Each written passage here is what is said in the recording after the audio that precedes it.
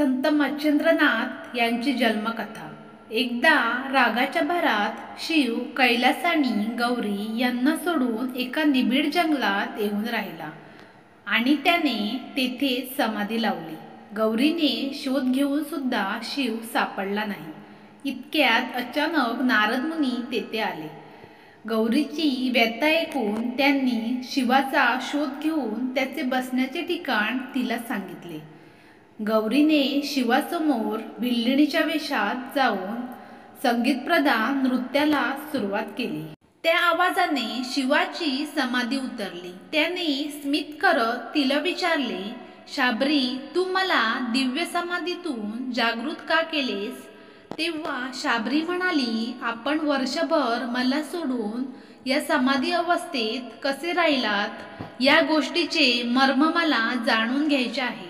शिव म्हणाला, सांगीन, परंतु आता इथे नाही, जेथे मानवाची वस्ती नसेल आणि जेथे ते रहस्य कुणी ऐकणार नाही, अशा ठिकाणी मी ते तुला सांगेन।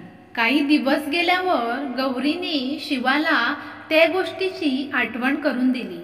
शिव तिला घेऊन निबिड जंगलात यमुना नदीच्या किनारी आला आणि ते समाधीचे गूढ तिला शाबरी भाषेत सांगू लागला, कारण शाबरी हीच गौरीची मातृभाषा होती।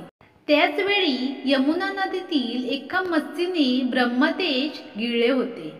कवी नारायणांनी त्या तेजात जीवरूपाने प्रवेश केला आणि तिचा गर्भ दिसामासी वाढू लागला। शिव सांगत असलेले गूढ मत्स्यीच्या पोटात असलेल्या मच्छिंद्रनाथांनी ऐकले। भगवान शंकराने आपल्या उपदेशाचे सार पार्वतीला विचारताच मच्छिंद्रनाथ मत्स्यीच्या पोटातून म्हणाले, सर्वत्र एक ब्रह्मच भरून राहिले आहे, हेच आपल्या उपदेशाचे सार आहे।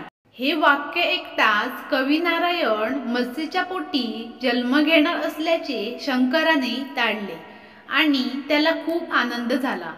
तो म्हणाला, मच्छिंद्रा, तू पुढे बद्रिकाश्रमी आल्यावर याच मंत्राचा उपदेश मी दत्तात्रेयांच्या मुखातून तुम्हाला करवीन। मच्छिंद्रनाथांना आशीर्वाद देत त्यांनी त्यांना हठयोगाचा उपदेश केला आणि जीव ब्रह्माची सेवा करण्यास सांगितले।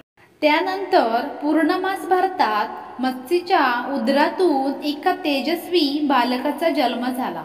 अशी होती संत मच्छिंद्रनाथ यांची जन्मकथा। तुम्हाला कथा आवडली असेल तर लाईक, सबस्क्राईब नक्की करा।